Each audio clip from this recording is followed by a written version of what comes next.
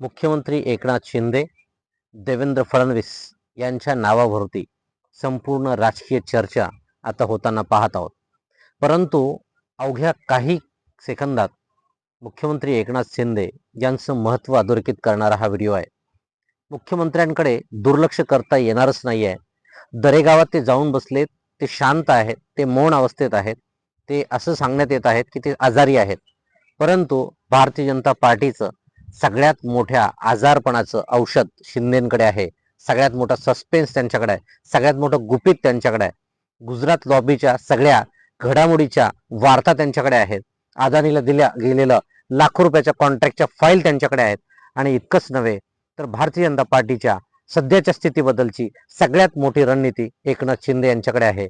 त्याच्यामुळे त्यांना दुर्लक्ष करून जर महाराष्ट्रात सत्ता स्थापन करण्यात आली तर हे केंद्रासाठी सुद्धा अवघड ठरेल.